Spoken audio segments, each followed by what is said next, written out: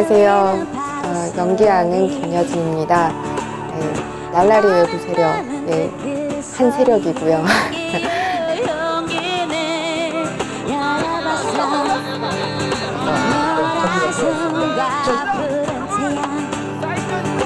저는 옆에서 으쌰으쌰 응원하고 있는 거잖아요. 근데 그분들의 싸움이 끝날 때까지 같이 있어드릴 거예요. 그리고 우당탕탕 바자회를 하면서 날라리 외부 세력 이렇게 하는데 저도 보니까 이게 보통 이제 이름을 붙이고 할 때 좀 식상하거나 뭐 이런 느낌 많이 받는데 저는 이걸 딱 봤을 때 야, 이 네이밍은 제가 다 했습니다. 날라리들이 뭐 하겠어. 우당탕탕. 뭐 아무렇게나 해. 뭐 이렇게. 트위터에서 트위터 당이라고 해서 날라리 외부 세력이라고 딱 당가입을 하신 분들이 한 250명 정도 되세요. 그리고 그 외에 돈을 보내주시거나 후원금을 주시거나 응원 멘션을 달아주시거나 그 해시태그를 달아주신 분들은 한 500명 가까이 돼요. 450에서 500분들이 꾸준히 계속 관심 가져주시고 RT해주고 이렇게 우리도 이렇게 딱 이렇게 어떤 울타리를 형성해주고 계시고요. 놀라운 건 정말 핵심에서 지금 운영진처럼 활동하시는 분이 거의 한 20분 돼요. 저는 그게 제일 놀라워요. 저는 한 두세 사람만 돼도 충분하다고 생각했었는데 이게 굉장히 탄탄해요. 그분들 같은 경우는 거의 매일 만나고 매일 회의하고 매일 뭔가를 하세요. 그러니까 일주일 만에 광고가 되고 일주일 만에 바자회가 지금 되는 거거든요. 얘기가 처음 시작된 거는 뭘 해볼까요? 그래서 막 이렇게 밤에 서로 이렇게 얘기를 나누다가 저희는 뭐 사실 1일 호프 정도 생각했었어요. 아니면 뭐 홍대 분들하고 같이 자그맣게 무슨 공연 같은 거, 페스티벌 같은 걸 해볼까? 뭐 이런 아이디어를 하다가 그걸 다 할 수 있는 게 바자회겠다. 와서 술 팔고 싶으면 팔고 낮부터 아니 뭐 그래서 정말 별게 다 했어요. 뭐 타로 점 봐주겠다, 손톱 칠해주겠다, 네. 재무 상담자도 있어요.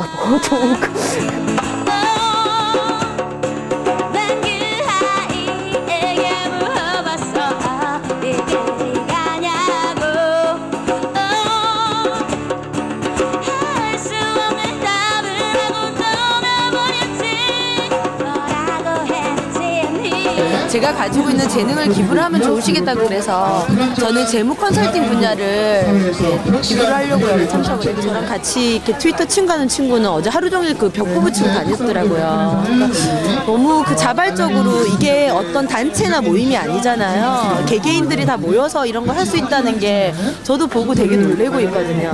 미루면 나중에 결국은 우리들이 지쳐서 끝내겠지라는 생각을 하시는 것 같아요. 그게 절대 아니라는 거를 꼭 저희들이 알려드리고 싶은 부분이 있는 것 같아요.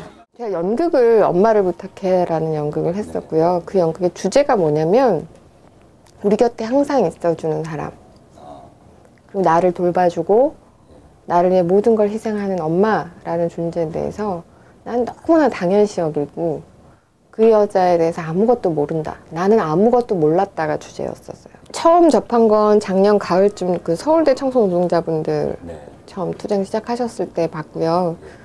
근데 트위터에 올라오는 사진이나 기사나를 보면서 되게 약간 충격적이었었어요. 이게 그분들의 처우라든가 받고 있는 대우라든가 그리고 싸움의 양상 자체가 뭐랄까 그 사측이라고 할 수 있는 병원 측에서 정말 사람 대우를 안 하는구나 라고 생각이 들었어요. 그러면서 이제 화가 좀 났었죠. 보고 있는데 그 다음 이제 동국대학교, 그 다음이 이제 서울시 한경미원 노동자분이 이제 피켓 들고 1인 시위를 하는데 손 씻을 공간이 없다. 그래서 밤새 쓰레기를 치운 냄새나는 몸을 씻지도 못하고 대중교통을 타야 한다. 그때 사람들의 시선을 받으면 나는 정말 내 자신이 너무 비루하게 느껴진다. 그렇게 이렇게 마음이 조금씩 더 그쪽에 관심을 가질 때쯤 홍대 사건이 난 거예요. 적법성만 지금 따지고 있잖아요. 법이 잘못됐어요, 분명히 이거는. 저분들을 보호해주지 못하는 법이라면 전 법이 잘못된 거라고 저는 생각하거든요. 그런 논리가 통용이 되면 사람이 사람을 하대하는 게 정말 당연시 된다는 거죠. 한국 사람이에요. 네, 이 사람이시고. 자, 오늘 홍대 어떻게? 오늘 뭘 많이 사셨는데 뭐 사신 거예요? 예, 이거 밀폐 용기랑 또 이거에 손자들 장난감. 여주 씨한텐 진짜 고마워요. 이런 계기로 여러분들 많이 저희보다 더 열악한 데서 이렇게 하시는 분들이 많은데 제가 앞으로는 이제 열심히 돌아다니면서 이제 돕고 이제 같이 투쟁할 거예요. 저는 가장 사적인 것이 가장 정치적이라고 생각을 하거든요. 그래서 저의 취향이 드러나고 제 말투가 드러나고 제 사생활이 사실은 나뉘어지고 저의 농담, 저의 뭐 이렇게 그 슬픔 어떨 때는 뭐 이런 모든 것들 사실 그냥 트위터에서 되게 짧게 이야기를 하고요.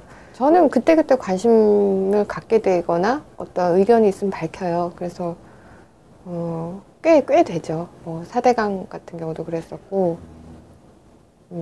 무료급식 문제도 얘기를 했었고 한 2년 반 정도 방송을 못했어요. 그럼 그걸 어떤 사람들은 이렇게 얘기하면 제가 그 노무현 전 대통령 돌아가셨을 때 블로그에 글을 남겼었기 때문에 그것 때문이 아니냐 이러는데 저는 그건 또 약간 피해의식 같은 느낌이 있어요. 설마 뭐 그럴까? 뭐 이런 생각이 들고 저는 대신 그 사이에 이제 영화나 연극을 했었거든요. 예. 그렇게 되면 물론 수입은 떨어져요. 방송하는 것보다. 인지도도 많이 떨어지긴 하죠. 근데 저는 이랬거나 저랬거나 연기를 하고 있다는 게 중요하고 무서운 건 전 자체 검열이라고 생각해요. 자기 검열이라고 생각해요. 자기가 이 말을 했을 때 어떤 불이익을 당할까 그 두려움에 사로잡히면 사실 누구도 아무 말을 못하게 되고 고개를 들어 이제 다 거리로 나와 뜨거운 심장을 갖고 있는 청년이여 따라해봐 Get up, stand up Stand up for your right Get up, stand up Don't give up the fight Get up, stand up Stand up for your right Get up, stand up Don't give up the fight 으로는 학교 다닐 때에 저는 운동을 하면서 힘이 들었어요. 괴롭고.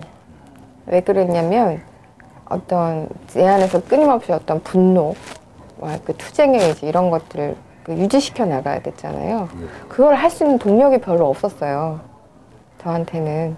그러니까 예를 들어 처음 시작했던 게 강경대 열사가 그 길거리에서 맞아 죽고 그걸 보고 충격받고 슬퍼서 시작을 한 건데 뭐 공부도 하고 또 여러 가지 현장들을 보면서도 아주 객관적으로 그건 내 일이 아닌 거예요.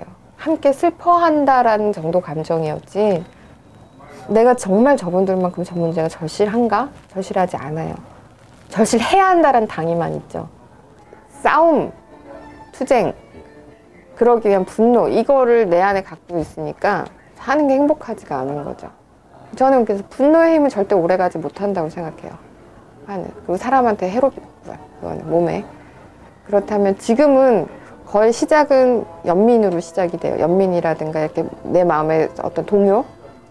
이거는 이러면 안 되지 라고 하는 나의 판단으로 시작하지만 그걸 해나가는 방식이나 그걸 왜 계속 하는가를 물으면 즐겁기 때문이라고 생각하거든요. 사람들 보면서 깜짝깜짝 놀래고 이렇게 막 매일매일 감동받고 매일매일 예측하지 못한 뭐가 튀어나오잖아요. 이게 너무 좋아요. 그래서 저는 그렇게 만약에 이게 싸움이라면 우리는 예측하지 못한 방향으로 저들이 예측하지 못한 방향으로 가야 된다는 거죠. 저는 이 사람들이 너무너무 좋고 또 희망을 갖고 있는 게 여기 있는 사람들은 정치적 경향이 굉장히 달라요. 아주 보수적인 부분부터 굉장히 진보적인 부분까지 다 있어요. 그렇지만 이 사안에서만큼은 이건 아니다라고 생각하시는 분이에요. 저는 이렇게 연대해 들어가야 된다고 생각하거든요. 보내주십시오. 자, 하나, 둘, 자. 홍대에 있어요. 아, 홍대. 근데 이제 3월 25일이 마감이에요. 계약 마감인데 지금 현재 농성 오신 분들이나 우리가 입장이 같아요. 우리는 일하면서 이제 A부분 같이 일하면서 가서 또 농성하고 또 근무 시간 되면 근무하고 그런 과정이지만 항상 마음은 그쪽에 있어요. 왜냐하면 동료들이고 저 퇴직이 이제 2년 했습니다만은 나 우리 한국 현실을 그런 줄 몰랐어요. 대한민국 사람으로서. 그럼 배우가 될 꿈은 언제 꾸신 거예요? 꿈을 꿔본 적은 단 한 번도 없고요. 그냥 우연한 기회에 연극을 보러 갔다가 운동은 관두고 대학원 시험, 그러니까 피처로서 대학원을 선택해서 대학원 시험 쳐놓고 할 일이 없잖아요. 그래서 되게 무료하고 외로울 때 연극을 보러 갔는데 그 무대라는 거기서 벌어지는 일들이 완전 이렇게 매료가 됐었어요. 여자는 무엇으로 사는가라는 공연이었고요. 그래서 그 자리에서 일어나지 못하고 있다가 관계자가 오시길래 제가 포스터 붙여드리겠습니다라고 얘기를 했었죠. 그렇게 해서 한 달 정도 포스터 붙이고 뭐 이렇게 하면서 연극 보면서 대사를 다 외웠죠. 그 연극 대사. 왜냐면 매일 2번씩 꼬박꼬박 봤으니까. 사람 너 지겹지 않냐? 똑같은 공연을. 그런데 매번 볼 때마다 다르게 느껴졌었어요. 그 배우가 펑크를 냈어요. 박상아 씨가 무대를. 슈퍼탤런트 대회 대상을 딱 받으면서 다음날 못 나온 거예요. 한 15분 전에 가서 의상 입으라고. 너 대사 외우지? 그래서 대표님이 그때 대표님이 박공 대표님이 그때. 그래서 한 번도 사실 처음 무대를 그렇게 섰어요.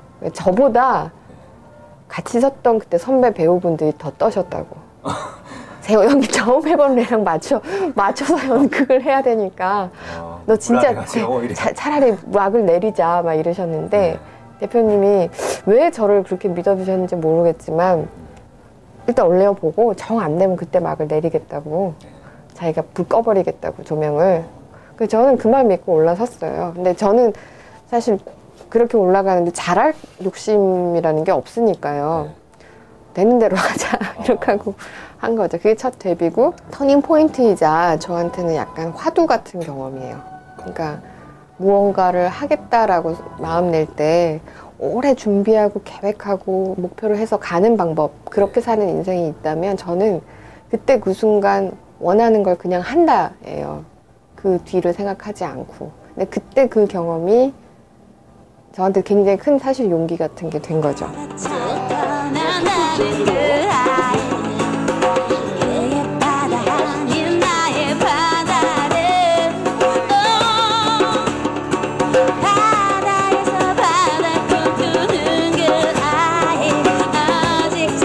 저는 기분은 아주 매우 좋습니다.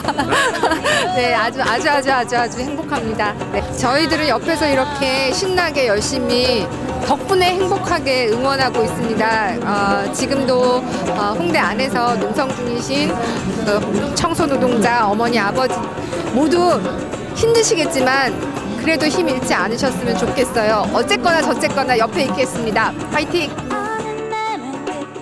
영원히 너의 안에 있을게. 하나 셋, 하니 TV.